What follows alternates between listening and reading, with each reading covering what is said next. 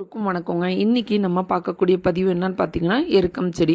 இந்த எருக்கம் செடியில் 2 வகையான எருக்கம் செடி இருக்குது. அதில் வெள்ளை எருக்கம் செடி ஒன்று, நார்மலான எருக்கம் செடி ஒன்றுங்கிறது ஒன்று. இந்த வெள்ளை எருக்கம் செடியோட பாலை எடுத்து முள்ளு குத்துன இடத்துல நீங்கள் வைக்கும்போது அந்த முள் தானாக வெளியில் வந்துடும். அந்த முள்ளு குத்துன இடத்துல வலியும் இருக்காது. அடுத்தது இந்த வெள்ளை செடி, இந்த எருக்கன் செடி இருக்குது இல்லைங்களா, இந்த எருக்கன் செடியோட இலையை நல்லா நெருப்பில் வாட்டி அதில் வர புகையை நீங்கள் பிடிக்கும் போது மார்புச்சளி, ஆஸ்துமா இதெல்லாமே சரியாயிடும். அடுத்தது இந்த எருக்கன் செடியை நல்லா வாட்டி கட்டி உள்ள இடத்துல நீங்கள் வைக்கும்போது அந்த கட்டி உடஞ்சி அந்த வீக்கமும் படிப்படியாக குறைய ஆரம்பிச்சிடும். அடுத்தது எருக்கன் செடியை நல்லா செங்கலை நல்லா சூடு பண்ணி அந்த செங்கல் மேலே இந்த எருக்கன் இலையை வைக்கிறீங்க.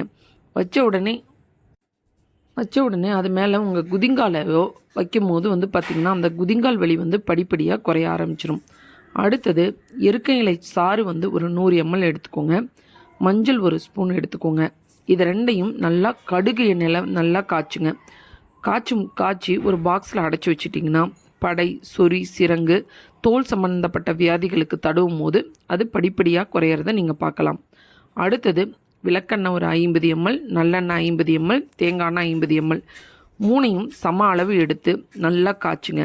காய்ச்சிட்டு பழுத்த எருக்க இலையை அதில் போட்டு நல்லா பொரித்து எடுத்துட்டு அந்த எண்ணெயை ஒரு பாக்ஸில் அடைச்சி வச்சுக்கோங்க. அடைச்சிட்டு என்ன வலி இருந்தாலும் அதை நீங்கள் தடவும் போது அந்த வலி படிப்படியாக நீங்கள் குறையிறத பார்க்கலாம். அடுத்தது பாம்பு கடிச்சிருச்சு அப்படின்னா அந்த எருக்கம் பூவை வெத்தலையோடு வச்சு நல்லா மென்று நீங்கள் சாப்பிடும்போது அந்த விஷம் உங்களுக்கு படிப்படியாக குறையிறத நீங்கள் பார்க்கலாம். அதுக்கப்புறமா நீங்கள் டாக்டர்கிட்ட கூப்பிட்டு போகிறது நல்லது. இந்த பதிவு பிடிச்சிருக்கு அப்படின்னா லைக் பண்ணுங்கள், ஷேர் பண்ணுங்கள், சப்ஸ்கிரைப் பண்ணுங்கள். தேங்க்யூ.